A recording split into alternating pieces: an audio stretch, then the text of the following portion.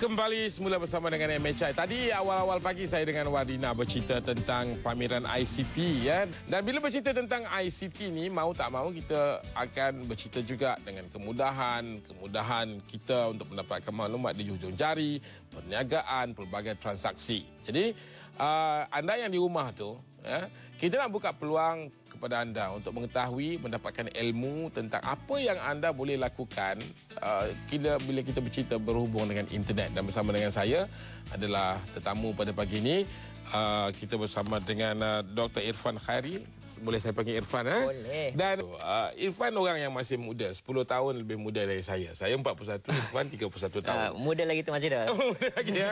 Okey, tapi agaknya mungkin kan sebab ada golongan yang tertentu dari segi umur lah, ya, yang boleh menerima perniagaan, perbankan yang dipermudahkan dan menggunakan internet, atau macam mana sebenarnya? Saya rasa lah sekarang ni mungkin daripada klip-klip tadi tu kan, ramai yang diinterview tu lebih 30-an ke atas, 40-an yang banyak yang kata tak percaya dengan pembelian di internet, mungkin 40-an, 50-an. Tapi kalau kita interview muda-mudi sekarang ni dalam era 20-an, in the 30s, mereka lebih banyak menggunakan internet ni. So jadi kat situ saya rasa memang ada sedikit generation gap lah, bahawa muda-mudi sekarang ni lebih mudah menerima internet. Tak kira dari segi transaksi ataupun dari segi membeli belah di internet. Kita tengok memang saya rasa majoriti daripada anggota masyarakat kita boleh menerima hakikat. Contohnya kalau nak bayar bil, kita boleh duduk atas katil, letakkan selimut dekat kaki kan, ambil laptop, kemudian kita boleh klik dengan kemudahan wifi, streaming dan sebagainya. Tanpa beratur. Tapi pada on the other side tu kita fikir juga ada timbulnya keraguan pula kan, dah bayar betul ke kan. Jadi macam mana pandangan Irfan? Okey, bagi saya keraguan tu ada sebab internet ni masih lagi baru, especially di Malaysia ni. Masih lagi baru dengan transaction bank semua ni masih lagi baru. Kalau ikutkan semasa saya di United Kingdom dalam 10 tahun lepas, mungkin dalam 6 tahun lepas saya dah mula nak beli pisang, nak beli beras, nak beli barang-barang runcit lah Masjid kan.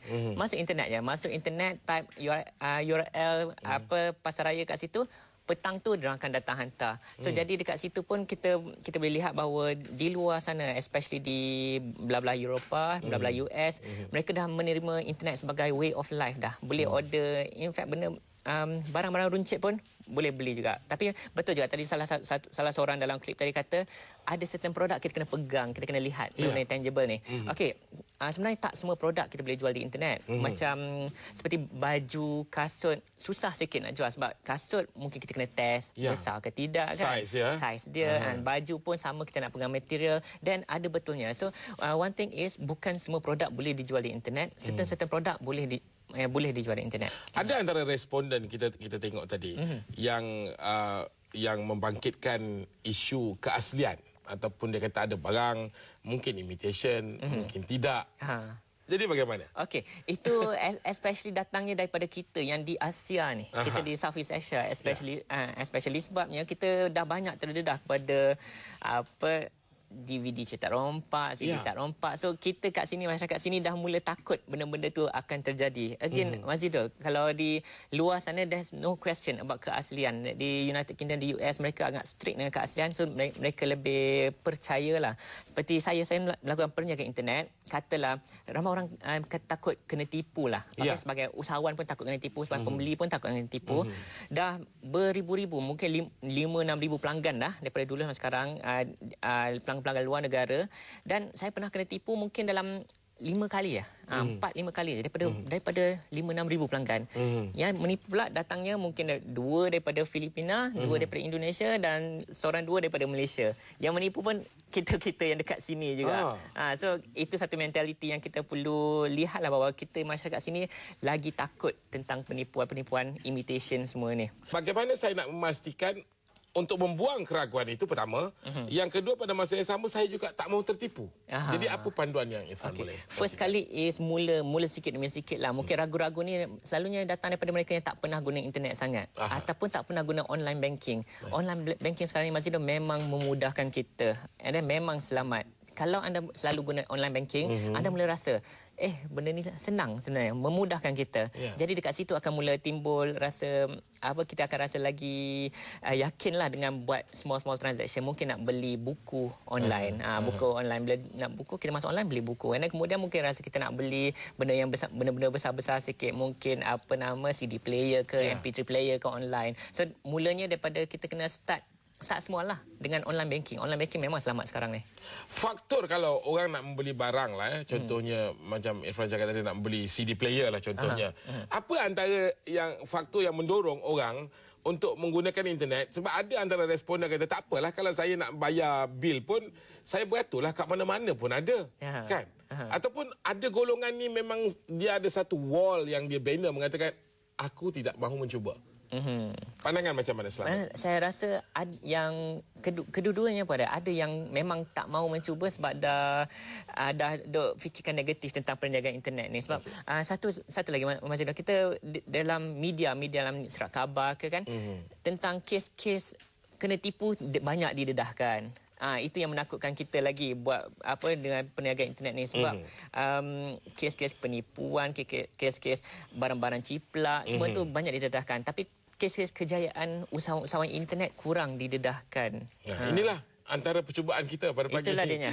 Baiklah, kita bersama dengan Muhammad Faizal dari Sungai Mesgi. Faizal, Assalamualaikum. Waalaikumsalam. Apa yang nak kongsikan dengan saya dan juga Irfan pagi ini? Okey, saya ada soalan untuk Irfan lah. Ya. Okey, saya nak tanya. Okey, saya berniaga kecil-kecilan lah di luar. Berniaga apa tu?